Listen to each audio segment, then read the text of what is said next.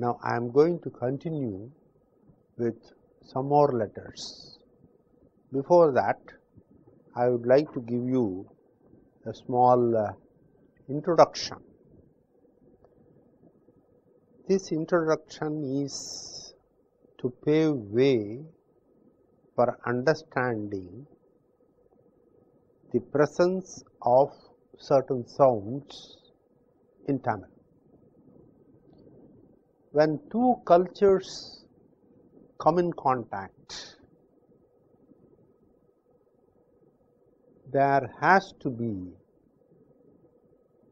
and it is bound to be, a sort of exchange, if not a mutual exchange.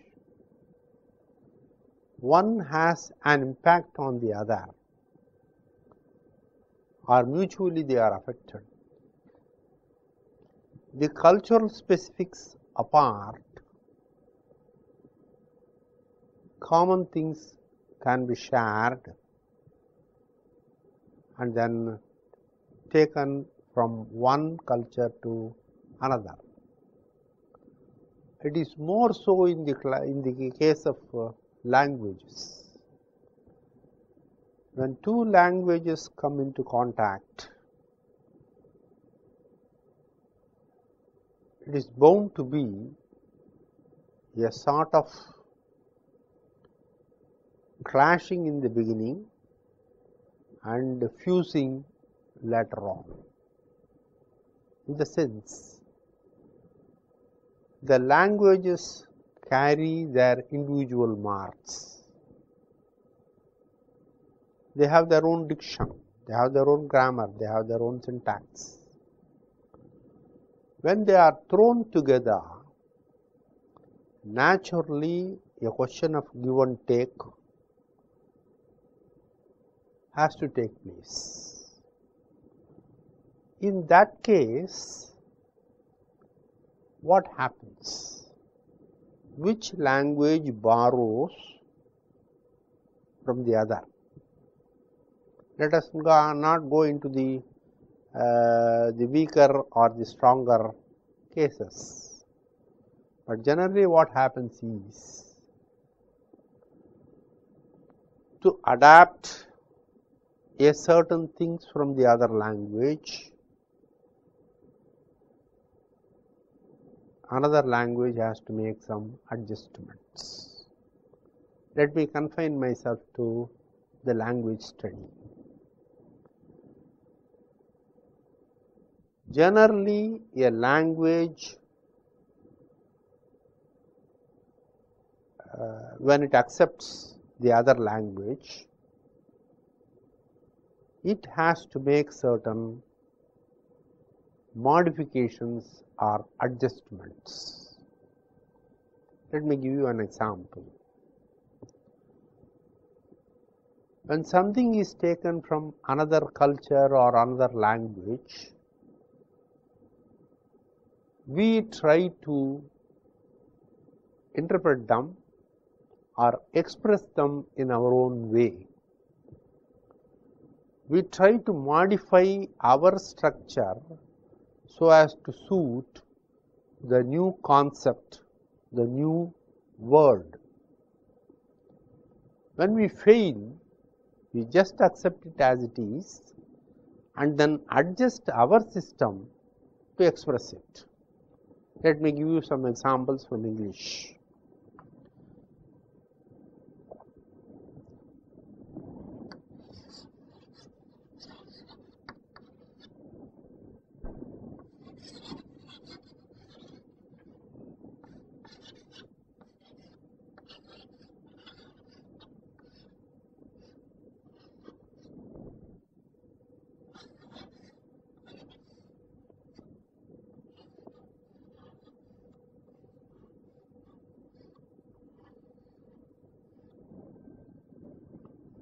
This is Kuli,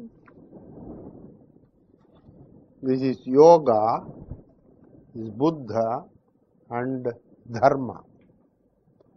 These are the terms we find in English writing. Some of the English writers, when speaking of the Indian culture or Indian concepts, have to make use of these terms. In the absence of equivalence in their language, naturally they accept these things. These are the words which occur in Indian languages and they are pregnant with a particular meaning. So naturally you have to find out either an equivalent in the other language or accept it as it is with its accent. When you accept it with its accent, in transcribing you have to make use of the alphabet you have. So naturally this is an attempt, and a most successful attempt of the English language to adopt these Indian terms. Let us not bother from which of the Indian languages it has been taken from.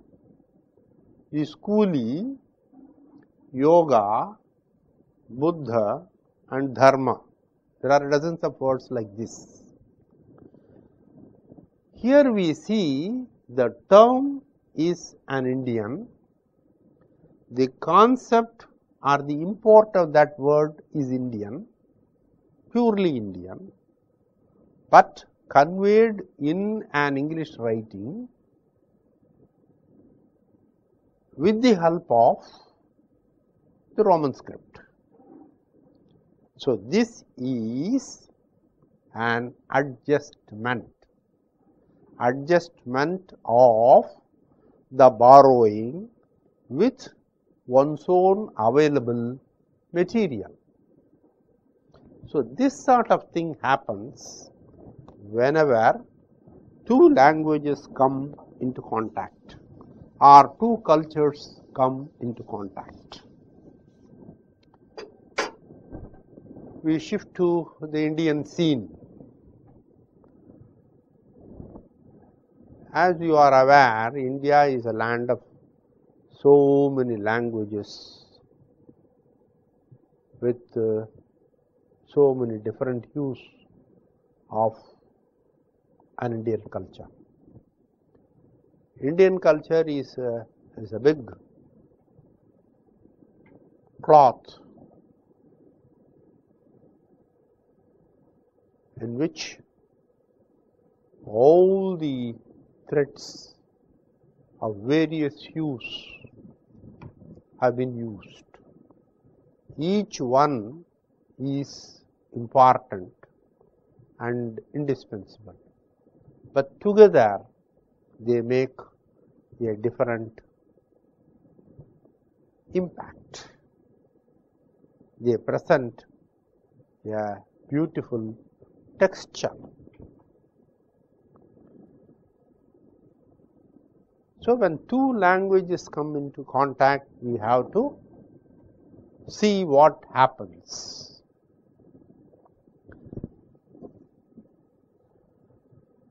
Sanskrit and Tamil are the two most ancient Indian languages. There was a time when Sanskrit was